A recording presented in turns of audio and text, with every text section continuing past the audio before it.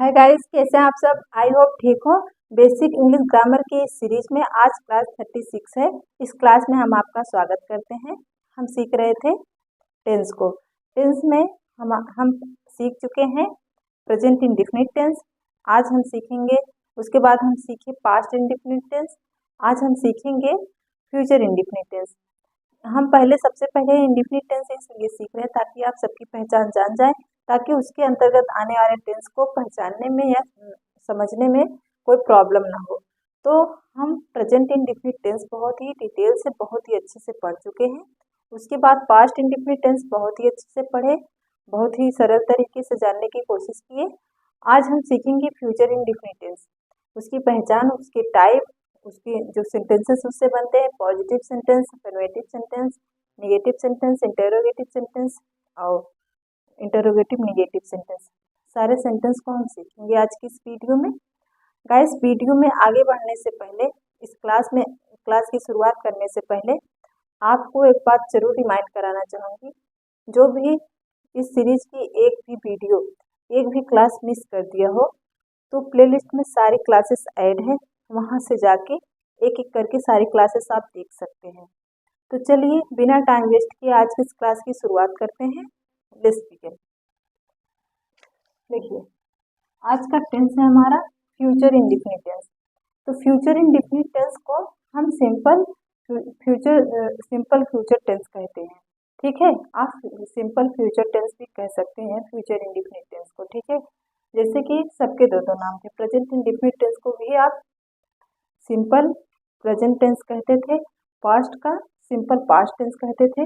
उसी प्रकार फ्यूचर का फ्यूचर सिंपल फ्यूचर टेंस भी आप कहते थे। तो सबके दो दो नाम है, नाम से कंफ्यूज मत होइएगा।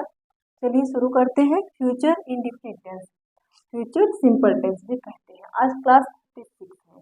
तो सबसे पहले हम देखेंगे फ्यूचर इंडेफिनिट टेंस जो है उसकी पहचान। तो उसकी पहचान क्या होती है?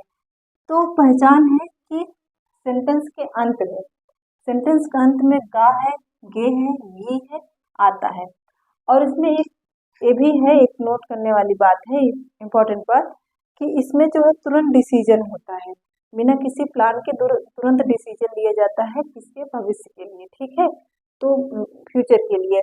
तो कौन सा टेंस की पहचान सबसे ज्यादा यही है कि गा है, गे है, गी है आएगा। कब आएगा? सेंटेंस के लास्ट में, जब आप वाक्य बनाएंगे कि गा, गे, गी लास्ट में आएगा। इसी से आप पहचान जाएंगे कि ये फ्यूचर टेंस का वाक्य है। तो देखिए, वो इसमें आप तुरंत डिसीजन लेंगे बिना किसी प्लान के। आगे देखिए, एक जैसे सबकी हेल्पिंग वर्ब बताए, प्रेजेंट का इजय मार था, सॉरी इजय मार बाद में लगता था, और पास्ट का था वाजवर, और भी था, मतलब जैसे जैसे सेंटेंस में सीखे। उसके बाद आज का है, आज आपको मिलेगा दो सॉरी आज के फ्यूचर टेंस का जो वो है हेल्पिंग वर्ब है, जिसकी मदद से हम सेंटेंसेस बनाएंगे, विल है और सेल है। ठीक है, अब देखिए हेल्पिंग वर्ब है विल, सेल। अब आगे सेंटेंस, आगे हम सीखेंगे इस क्लास में कि कहाँ विल का यूज होता है, कहाँ सेल का यूज होता है। तो देखिए, सबसे पहले हम देख लेते हैं कहाँ यूज होता है। तो subject, helping verb, main verb.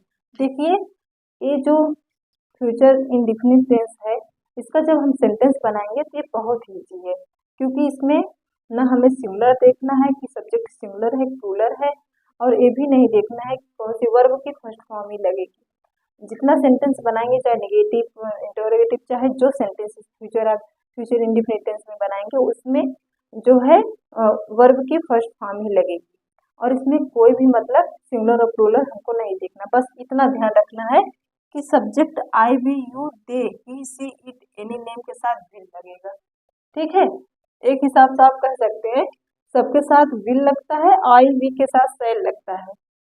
ठीक है, आई, वी के साथ सेल लगता है। आई, वी के साथ आप विल भी लगा सकते हैं, सेल भी लगा सकते हैं, तो आप कंफ्यूज मत होइएगा। तो देखिए क्या लगता है, I, we, you, they, he, she, it, any name, मतलब किसी का नाम, चाहे एक हो चाहे दो हो, सबके साथ विल लगेगा। तो इजी है ना, इसमें कुछ नहीं ध्यान रखना है, सारे सब्जेक्ट के साथ विल लगेगा। इसमें सिंगुलर प्लूरल देखना नहीं है, और वर्ब की फर्स्ट फॉर्म आएगी। तो इसीलिए ये टेंस जो है फ्यूचर इंडिफिनिट टेंस का, ये बहुत ही सिंपल है, बहुत ही सरल है। आई और वी के साथ सेल लगता है। जैसे आई विल रीड, तो देखिए सब्जेक्ट आएगा पहले। स्ट्रक्चर आप देख लेते हैं फ्यूचर इंडिफिनिट टेंस का। सबसे पहले सब्जेक्ट आएगा, विल सेल में से कोई विल या सेल आएगा, फिर वर्ब की फर्स्ट फॉर्म मतलब V1 आएगा। उसके बाद अगर ऑब्जेक्ट रहेगा तो ऑब्जेक्ट आएगा, नहीं तो नहीं। इसको object to rest of the sentence भी कहते हैं, कि जो इन सब के बाद जो बचता है उसको ऑब्जेक्ट आप मान लेते हैं। तो देखिए इसमें ऑब्जेक्ट नहीं है, जो सेंटेंस हम बताने जा रहे हैं उसमें ऑब्जेक्ट नहीं है। देखिए I we you they he she it any name, तो आई विल रीड। देखिए आई के साथ विल लगा, वर्ब की फर्स्ट फॉर्म रीड है। We will read, you will read, they will read, he will read, she will read, it will read, किसी का नाम मीरा विल रीड, चाहे राम विल रीड। तो आप देखें कि जितने सारे सब्जेक्ट थे उनके साथ विल लगा, चाहे वो ही सी इट दे यू चाहे जो हो, सबके साथ आई भी, सबके साथ विल लगा और वर्ब की फर्स्ट फॉर्म आई। ठीक है, और इसमें आप सिंगुलर और प्लूरल का हमें ध्यान नहीं रखना है, और आई और वी के साथ सेल लगता है। वैसे अगर आप कोई रिटर्न के लिए अगर इंग्लिश सीख रहे हैं तो उसमें सेल का यूज होता है, लेकिन स्पोकन इंग्लिश में सबके साथ विल का यूज होता है। सेल का यूज आप कहीं नहीं देखने को पाएंगे, लेकिन रिटर्न इंग्लिश में है। जैसे अगर आप ईमेल उमेल लिखना चाहे तो उसमें आप सेल का यूज करेंगे। ठीक है, आगे देखते हैं। एग्जाम्पल से हम बेहतर समझ पाएंगे। जैसे मैं जाऊंगी, मैं की इंग्लिश होती आई, आई के साथ क्या लगेगा विल। मैं जाऊंगी, जाना का गो होता है, तो वर्ब की फर्स्ट फॉर्म लगेगी और सबके साथ विल लगेगा, तो आई के साथ विल लगेगा। आई के साथ आप सेल भी लगा सकते हैं, हम बताए आई और वी के साथ सेल भी लगता है। तो देखिए आई विल गो, सॉरी यहाँ पर गो नहीं, मैं जाऊंगी आई विल गो, और सेल भी आप लगा सकते हैं। जैसे मैं जाऊंगी आई विल गो, अगर हम सेल लगाएंगे तो आई सेल गो, मैं जाऊंगी आई सेल गो भी लिख सकते हैं और आई विल गो भी आप लिख सकते हैं, दोनों सही होगा, गलत नहीं होगा। आगे देखिए वह आएगी, आना का कम होता है, वह आएगी मतलब लड़की है, तो सब्जेक्ट सी यूज होगा, सी will come, C will come. इसके साथ आप सेल नहीं लगा सकते, हम आपको बताएं आई और बी के साथ सेल लगता है। आगे देखिए राम कल दिल्ली जाएगा, राम कल दिल्ली जाएगा, तो स्ट्रक्चर पे आप रखिए राम सबसे पहले आएगा सब्जेक्ट, उसके बाद राम के साथ विल लगेगा, राम विल, जाना का गो हुआ, दिल्ली जाएगा, कल दिल्ली जाएगा, टू दिल्ली टुमारो। ठीक है, Ram will go to Delhi tomorrow, Ram कल दिल्ली जाएगा। तो यहाँ पर देखिए राम के साथ विल आया, वर्ब की फर्स्ट फॉर्म है, उसके बाद रेस्ट ऑफ द सेंटेंस आया, मतलब ऑब्जेक्ट आया। आगे देखिए दूसरा फोर्थ नंबर है, मैं तुम्हारा इंतजार करूंगी, मैं तुम्हारा इंतजार करूंगी मतलब लड़की है, तो क्या आएगा आई, मतलब आई लड़का लड़की दोनों के लिए यूज होता है। तो यहाँ पर देखिए आई, आई के साथ सेल लगाए, आई के साथ आप विल भी लगा सकते हैं, यहाँ पर सेल लगाए। I shall wait for me, आप ऐसा भी कर सकते हैं, I shall wait for me, आप ऐसा भी कर सकते हैं, I will wait for me. इस प्रकार आप दोनों तरीके से लिख सकते हैं। आगे देखिए 5 नंबर है, मैं आज शाम अपने दोस्तों के घर जाऊंगी, मैं आज शाम अपने दोस्तों के घर जाऊंगी, तो मैं सबसे पहले सब्जेक्ट आएगा, फिर हेल्पिंग वर्ब आएगी, फिर क्या आएगा मेन वर्ब आएगी, उसके बाद रेस्ट ऑफ द सेंटेंस आएगा। तो सबसे पहले आया मैं आज शाम दिल्ली अपने दोस्तों के घर जाऊंगी, तो मैं I will visit my friend this evening. ठीक है, I will visit my friend this evening, तो सबसे पहले सब्जेक्ट आया, उसके बाद हेल्पिंग वर्ब आया, उसके बाद मेन वर्ब आया, उसके बाद ऑब्जेक्ट आया। क्लियर, आगे देखते हैं।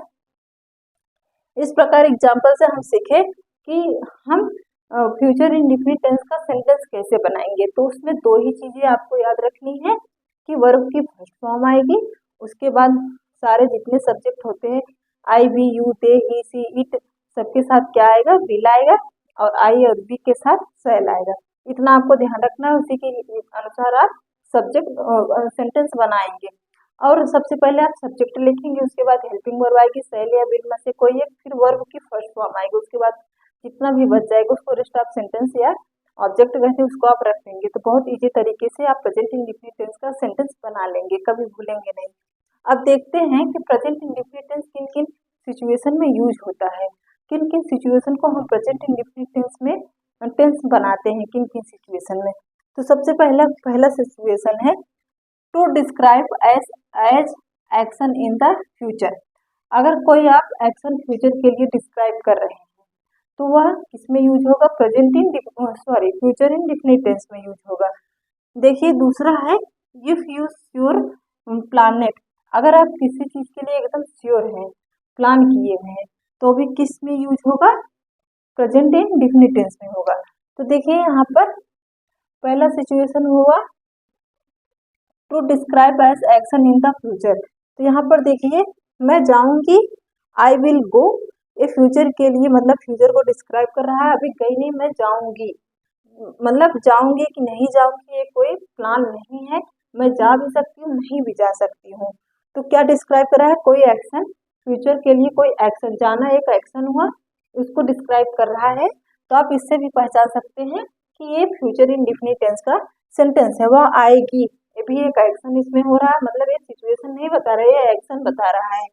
आएगी, कब आएगी, फ्यूचर के लिए बताया जा रहा है। ठीक, क्या क्या डिस्क्राइब कर रहा है, एक्शन इन द फ्यूचर। ठीक है, जैसे Ram will go to Delhi tomorrow, Ram कल दिल्ली जाएगा, जाना एक्शन हुआ, उसको डिस्क्राइब कर रहा है, इसलिए फ्यूचर में डिस्क्राइब कर रहा है, इसलिए फ्यूचर इंडेफिनिट टेंस का सेंटेंस हुआ। मैं तुम्हारा इंतजार करूंगी, ठीक है, मैं तुम्हारा इंतजार करूंगी, पहला सिचुएशन हम आपको बता रहे हैं, इंतजार करूंगी, I shall wait for me, I will wait for me. तो कब बता रहा है, फ्यूचर के लिए बता रहा है। मैं आज शाम अपने दोस्तों के घर जाऊंगी, जाना एक्शन हुआ, I will visit my friend this evening. इस प्रकार आप समझ गए, जब फ्यूचर के लिए कोई क्रिया हो रही हो, एक्शन हो रहा हो, उसको जो वाक्य डिस्क्राइब करे वो किस में बनेगा, फ्यूचर इंडेफिनिट टेंस में बनेगा। आगे देखिए दूसरा है इफ यू श्योर प्लानेट। जब आप किसी चीज के लिए श्योर हो, प्लानेट मतलब प्लान किए हो, तो आप उसको किस में बनाएंगे, फ्यूचर इंडेफिनिट टेंस में बनाएंगे।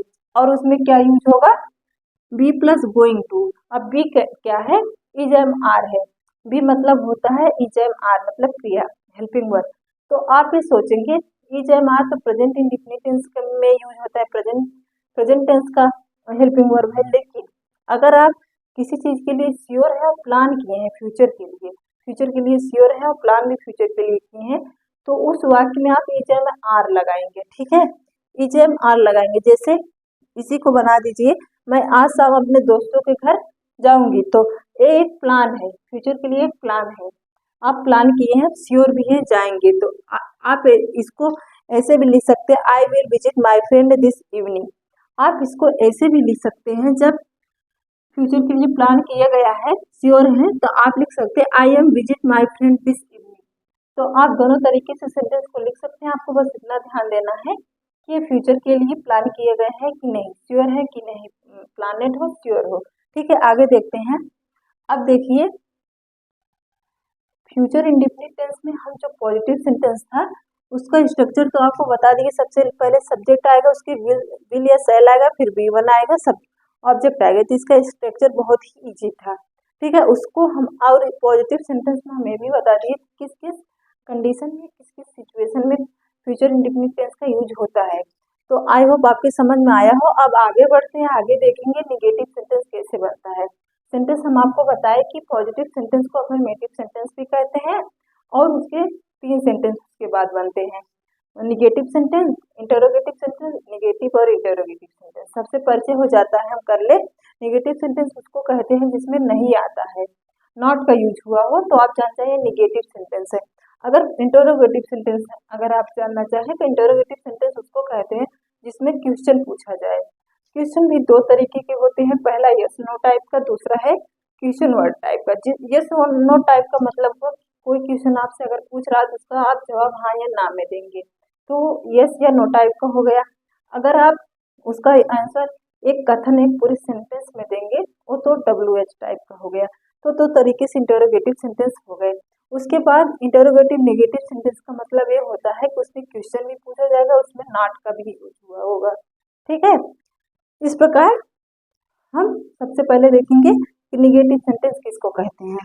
तो निगेटिव सेंटेंस का स्ट्रक्चर देख लेते हैं। सबसे पहले सब्जेक्ट आएगा, विल आएगा, शैल आएगा, उसके बाद नॉट आएगा, फिर V1 आएगा, फिर ऑब्जेक्ट। तो आप ध्यान दीजिएगा, स्ट्रक्चर यही है, बस हेल्पिंग वर्ब और मेन वर्ब के बीच में नॉट आ गया। देखिए, हेल्पिंग वर्ब और मेन वर्ब के बीच में नॉट लगा देंगे तो नेगेटिव सेंटेंस बन जाएगा। देखिए एग्जाम्पल से समझते हैं। अब इसी का बनाएंगे, मैं जाऊंगी। अब यहाँ पर लिखा गया है मैं जाऊंगी। अब अगर हम लिखते मैं नहीं जाऊंगी तो क्या होगा, आई विल नॉट गो। तो यहाँ हेल्पिंग वर्ब और मेन वर्ब के बीच नॉट आ गया। दूसरा है वह जाएगी, तो हम कहेंगे वह नहीं जाएगी, तो सी विल नॉट कम, वह नहीं जाएगी। आगे देखिए, Ram will not go to Delhi study, Ram कल दिल्ली नहीं जाएगा। इसी सेंटेंस का हम निगेटिव सेंटेंस बना रहे हैं। जैसे इसमें था राम कल दिल्ली जाएगा, तो उसे हम कह दिए राम कल दिल्ली नहीं जाएगा, तो Ram will not go to Delhi study. आगे देखिए, I shall not wait for me. यहाँ पर देखिए, मैं तुम्हारा इंतजार नहीं करूंगी, तो क्या लिखेंगे, I shall not wait for me. यहाँ पर देखिए हेल्पिंग वर्ब और मेन वर्ब के बीच नॉट आ गया। ठीक है, इसका स्ट्रक्चर देखिए, हम जो बताए आपको, चाहे वो प्रेजेंट इंडेफिनिट टेंस, चाहे वो पास्ट इंडेफिनिट टेंस, चाहे वो फ्यूचर इंडेफिनिट टेंस, बस उसमें की हेल्पिंग वर्ब अलग अलग है सबका, लेकिन स्ट्रक्चर वही है।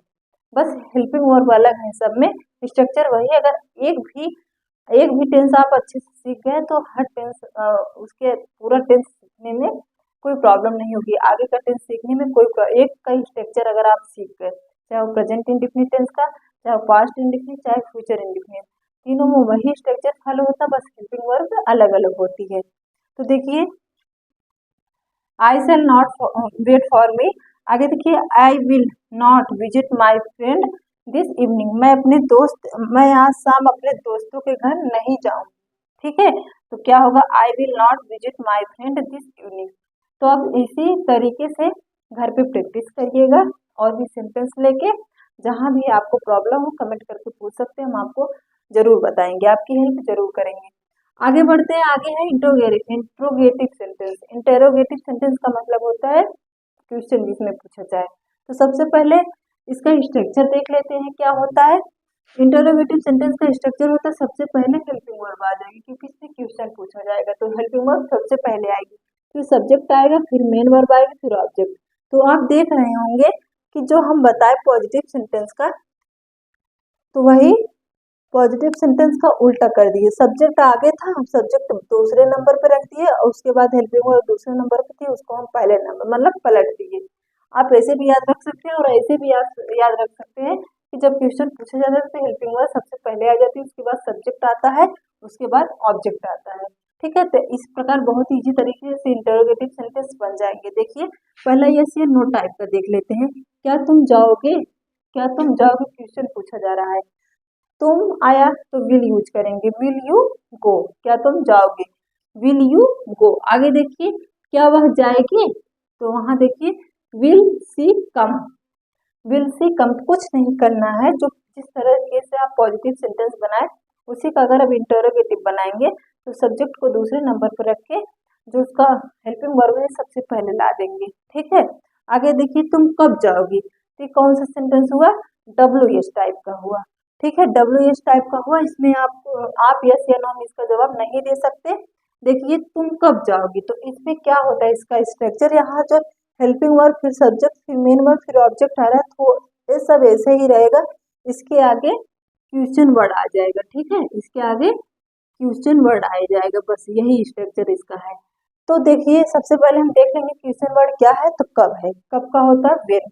तो सबसे पहले व्हेन लिखेंगे, व्हेन, उसके बाद आया हेल्पिंग वर्ब विल, उसके बाद सब्जेक्ट आया, उसके बाद मेन वर्ब आई। ठीक है, ऑब्जेक्ट नहीं तो नहीं लिखेंगे। तुम कब जाओगे, व्हेन विल यू गो।